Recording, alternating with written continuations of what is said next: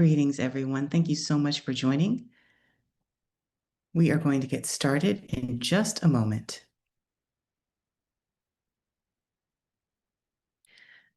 This workshop is being recorded and informational materials will be made available to all participants following today's session.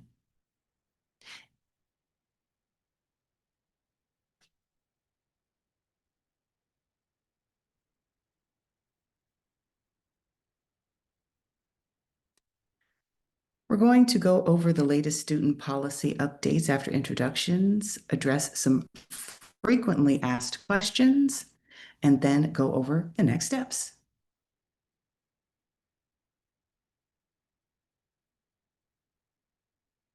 First off, my name is Khadijah.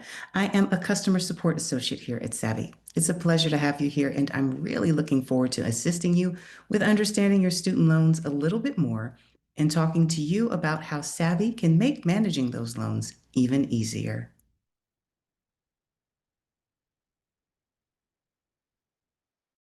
If you are new to Savi, the first thing we'd like you to know about us is that you are our top priority. We are not a loan servicer. We are not affiliated with or connected to any government entities. Rather, we are here to help you find forgiveness options. And even though we want to help you find those savings, we want to make sure that we're putting you first and doing everything we can to support you and that these loans are not a burden on you. We've also got insider info that helps us to help you. Our team has over 2 decades of expertise, and many of us are also student loan borrowers ourselves. I have student loans of my own, so me, as well as others of the Savi team, know firsthand what it's like to have student loans. This information helps us to better serve you. And finally, saving has never been easier than it is with Savi because we will be able to help you find personalized repayment and forgiveness plans so that you can take advantage of any and all available savings.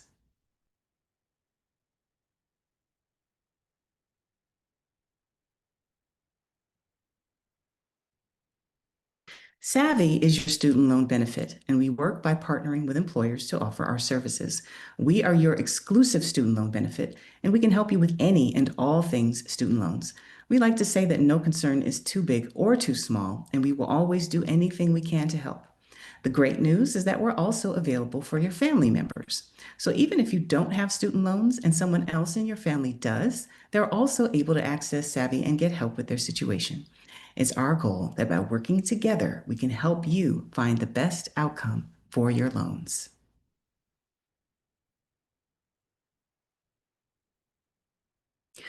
First, and probably most important, some important policy updates as of July 10th of this year.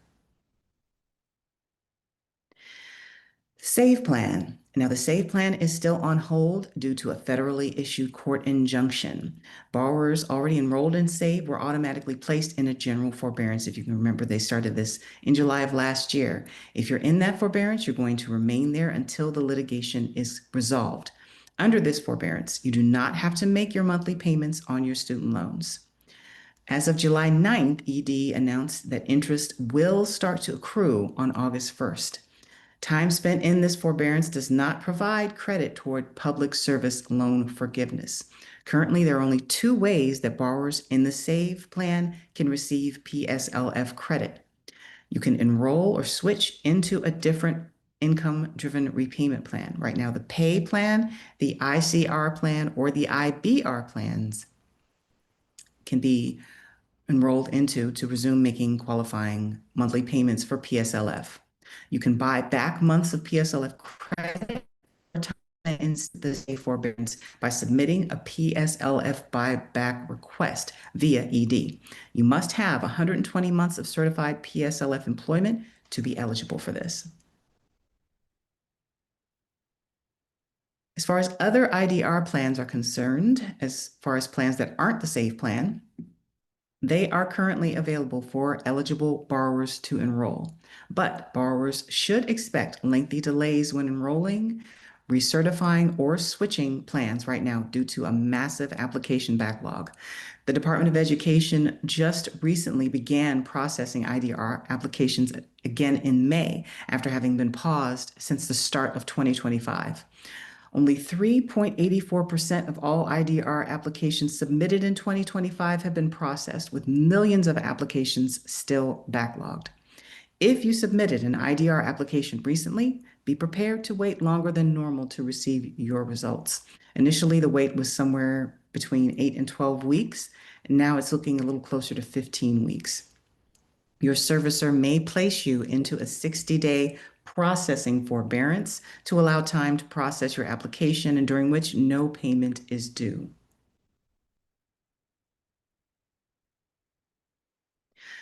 Penalties and collections have resumed. As of January of this year, late or missed payment penalties have been restored after 5+ years on pause. Even one missed payment can be reported to credit bureaus. Delinquency occurs after 3 consecutive missed payments. And your account can go into default after 9 consecutive missed payments. Defaulted loans trigger collections activity, and that includes a loss of federal loan benefits, etc. Now, in May of this year, collections on defaulted student loans resumed, and borrowers in default are subject to involuntary collection activities, including wage garnishment, where up to 15% is withheld from every paycheck, and tax refund withholding. Previously, they were looking at implementing Social Security withholding, but ED formally stopped that as of June 3rd.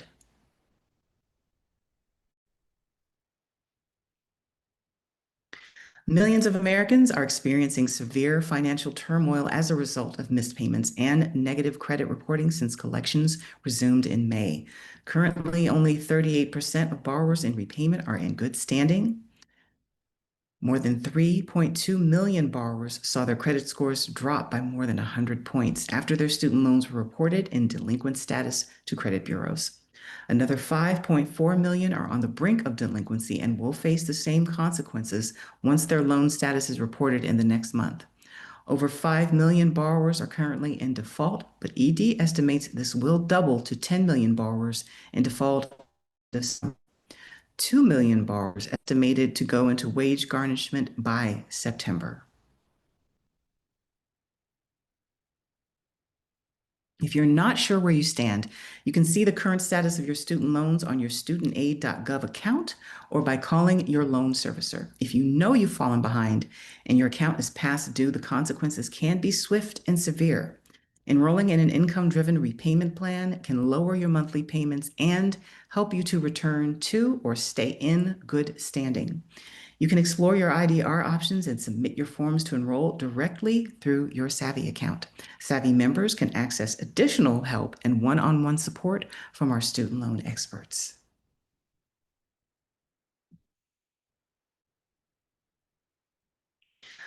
On July 4th, signed into law the One Big Beautiful Bill, or OBBB, the massive reconciliation bill congressional Republicans have been working on for months to enact President Trump's key legislative priorities.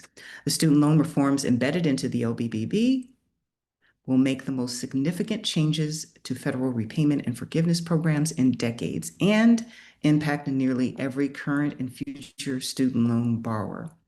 Some of the major reforms taking effect next year include removing existing IDR plans and replacing them with the new Repayment Assistance Program, or RAP, placing yearly and lifetime caps on the total amount a student can borrow, and ending economic hardship and unemployment deferments.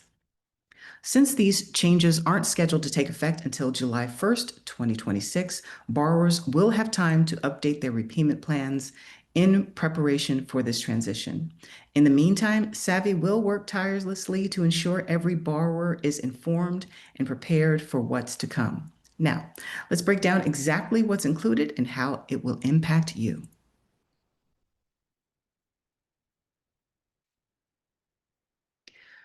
All right, the OBBB changes to student loan repayment plans will affect current borrowers, Parent Plus loan borrowers, new borrowers, and will possibly include the new Repayment Assistance Plan, or RAP. Changes to student loan forgiveness and discharge, including income-driven repayment plan forgiveness, closed school and borrower defense discharge, and public service loan forgiveness. There will be changes to student loan disbursement and changes to other student loan relief or hardship programs.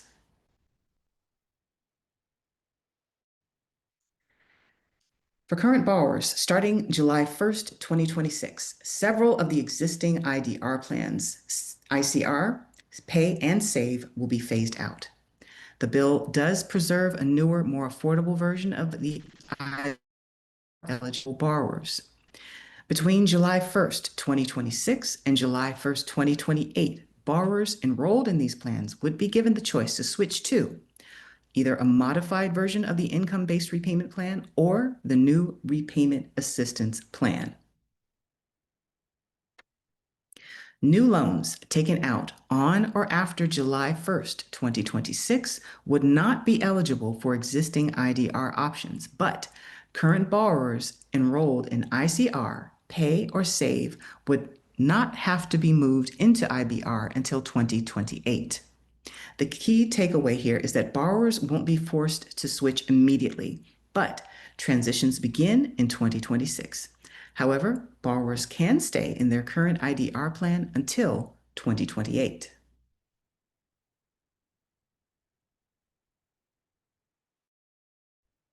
Parent Plus loan borrowers. The bill would end IDR access for Parent Plus loan borrowers, but with expanded or relaxed exceptions. Borrowers have until July 1st, 2026 to consolidate their loans via the Direct Loan Program, and until June 30th, 2028 to enroll in income contingent repayment plan. After that, under the terms of the bill, Parent Plus borrowers would be moved to the IBR plan under the new system. The bill also expands exceptions to include double consolidated Parent Plus loans that are enrolled in other income-driven plans like IBR, Pay, or Save. The key takeaway here is that action is time-sensitive for Parent Plus borrowers to preserve IDR access.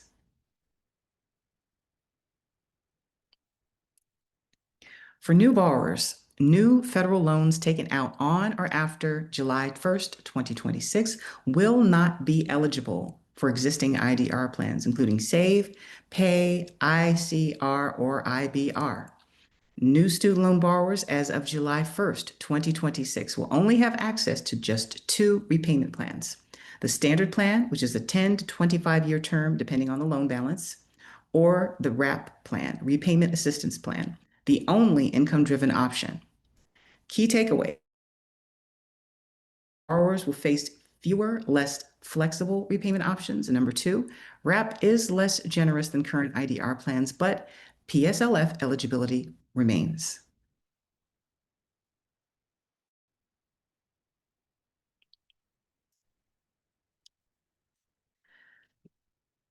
Under the Repayment Assistance Plan, the Repayment Assistance Plan would be the only income-driven repayment option for borrowers who take out loans on or after July 1st, 2026. Remember, existing borrowers enrolled in IDR would have the option of either modified IBR or RAP.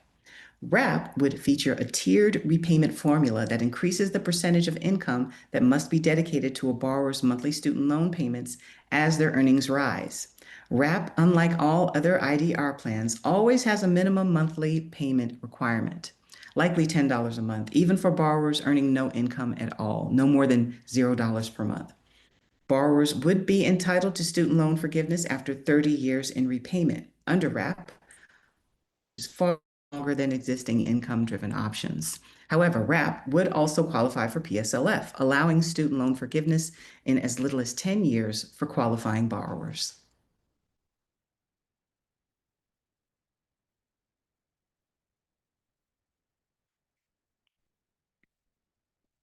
Under IDR forgiveness, current student loan borrowers eligible for IBR would maintain their student loan forgiveness timeline on a 20 or year term. Payments made under income-driven repayment plans would count toward IBR loan forgiveness. The bill would also maintain a newer, more affordable version of IBR for borrowers who first took out their student loans on or after July 1st, 2014. Current and prospective borrowers who enroll in RAP would have a repayment term of 30 years before they could qualify for student loan forgiveness. Payments made under other IDR plans, as well as the standard and alternative repayment plans, certain periods of deferment and forbearance could count toward RAP loan forgiveness. Under the closed school discharge or borrower defense discharge, regulations enacted under the Biden administration that would ease and expand access to school-based student loan discharge programs would be delayed for 10 years. If a school closes during a student's enrollment or an institution makes material misrepresentations to a prospective student.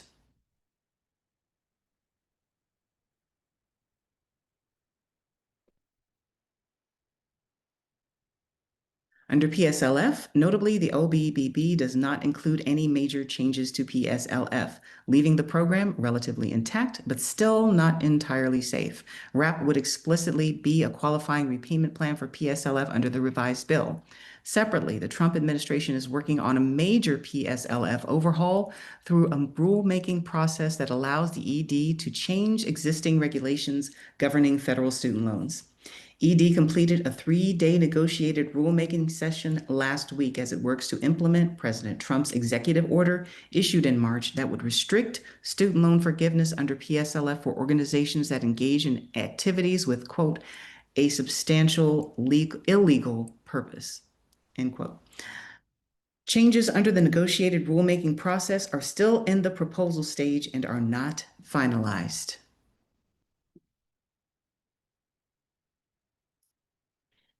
Under changes to student loan disbursement, the bill doesn't just impact current student loan borrowers in repayment. It also results in significant changes to federal student aid disbursements, placing yearly and lifetime caps on how much a student can borrow. The bill eliminates the Graduate Plus program entirely, a federal student loan program for graduate and professional students that allows borrowers to cover up to the total cost of their attendance. Caps graduate level federal loans at $20,500 per year with a $100,000 lifetime limit. It caps professional level federal loans for law and medical school at $50,000 per year with a $200,000 lifetime limit. It also caps Parent Plus loans at a $65,000 lifetime limit. Note, new Parent Plus loans taken out after July 1st, 2026 would be ineligible for any income-driven repayment plan options and would effectively be cut off from most student loan forgiveness programs, including PSLF. Critics have argued these caps, especially on professional level loans, will force many prospective medical and law students to rely more heavily on risky private student loans, or they may forego an advanced degree altogether, exacerbating shortages of doctors in rural areas and attorneys in low-paying prosecutorial and public defense roles. Some changes to other relief or hardship programs. The legislation makes a number of other changes to federal student loan programs, including economic hardship, forbearance, deferment, and rehabilitation. The bill would eliminate economic hardship and unemployment deferment options, leaving distressed student loan borrowers only with the ability to modify their payments under income-driven repayment plans during times of hardship. Discretionary forbearances would be restricted to no more than 9 months during any 24-month period. Currently, borrowers have up to 36 months of forbearance available, which can be used for up to 12 months at a time with no prohibition on consecutive forbearances. The bill would allow borrowers to rehabilitate defaulted federal student loans twice. Under current law, borrowers have only one shot at loan rehabilitation. However, the minimum required monthly rehabilitation payment would double from $5 per month to $10.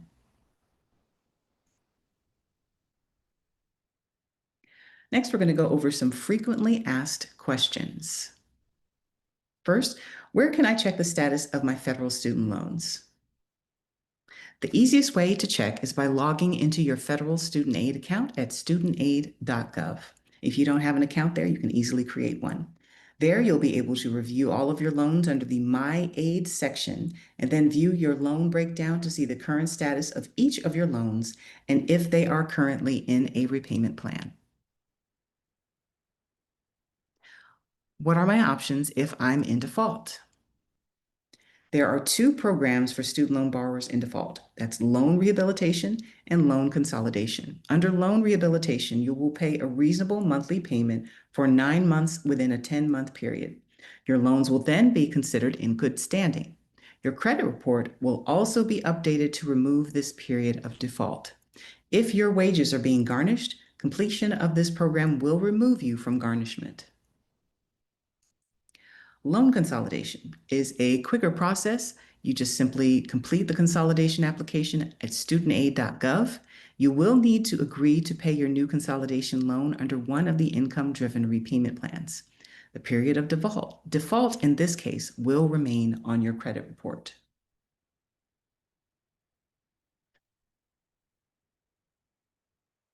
Can Savi help me avoid negative credit reporting? It's more important than ever to make sure that your student loans are not at risk to begin with. Even a single late or missed payment can be damaging to your credit. So make sure you monitor the status of your student loans to ensure they are in good standing. If you have past due payments, take action immediately to bring your account current and avoid negative credit reporting. Savi provides tools to prevent and protect your student loans from negative credit outcomes as part of our Essential and Pro membership. We have the ability to monitor your loans and your credit record in real time to detect for early signs of risk, giving us the chance to help you take action before a missed payment turns into a long-term problem. This includes monitoring the status of any synced loans to help you avoid missed payments, flagging any issues before they impact your credit report, guiding you into the right repayment plan so your loans are always affordable, and one-on-one support from student loan experts.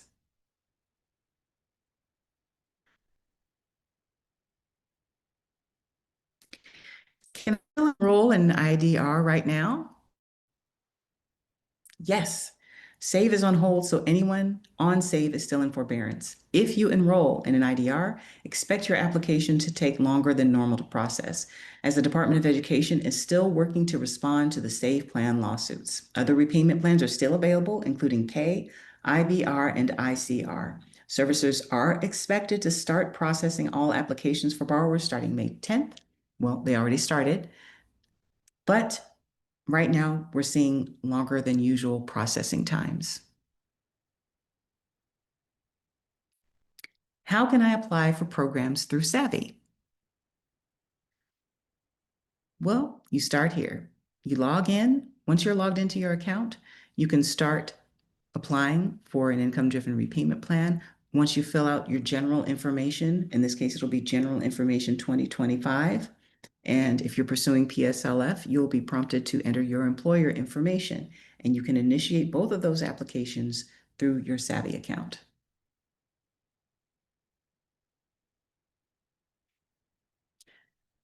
All right, some final thoughts. Savi will continue to monitor every aspect of the loan system and provide the most accurate and up-to-date information. We send out policy updates via email and host regular webinars to ensure you have the most recent information. Savi is always advocating for borrowers and working to ensure you have access to affordable repayment or forgiveness options. If you have any questions about your situation, you can contact our support team for one-on-one help. Enroll in Savi Essential or Savi Pro. Syncing your loans with your Savi account allows us to monitor your loans to identify if you are impacted by any changes. All right, here's some next steps. If you're ready, here is a QR code you can scan with your phone to go ahead and activate your Savi account.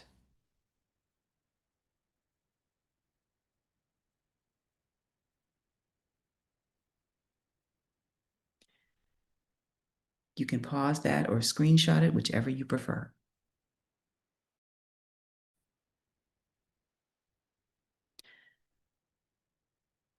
Now, once you log in, or not log in, but once you get started, you'll start by typing your employer name, which says search for your employer's name here. And once they come up, you move forward. Or if you don't see your organization or employer, you go below, don't see your partner, start here and click there.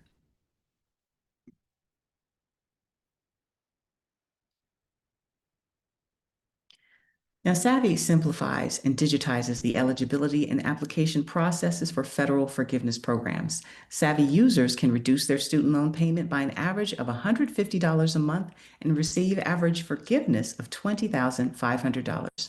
You can complete one application to see personalized options for all the programs will cover. So when you're using Savvy, there are three simple steps to doing so. Step one, you're going to start an application with us and provide us with some of that general info so we can run the numbers and see what's available for you. On step two, we're going to lay it out and show you all of those different repayment and forgiveness plans that are available. The results you see are tailored to your unique situation. So the numbers that you see are exactly what's available based on where you are. If you can compare all options and find the best one, you'll proceed to start an application. On step three, you will then submit the applications to enroll you in your selected plan and lock in those savings. Now here, you can upload all pertinent documents to have as your own private student loan library. We've added this as a new feature for you to keep a record of all your private student loan documents. You'll just click on Uploaded Documents and add them here.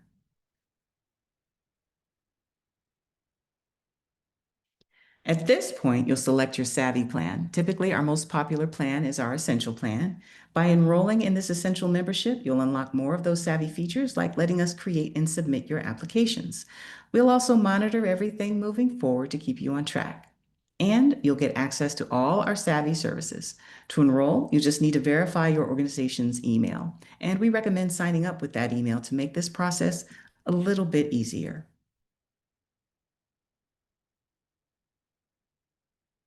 If you ever have questions, we're always here to help you.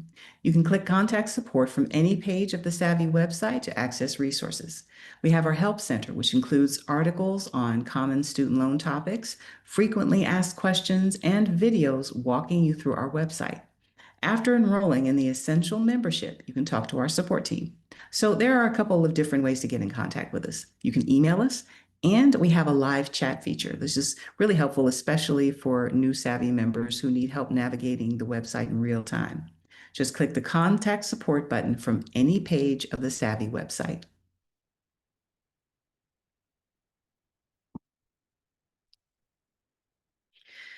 Now, I know I ran through all of this information pretty quickly, but I will wrap up by leaving you with some next steps.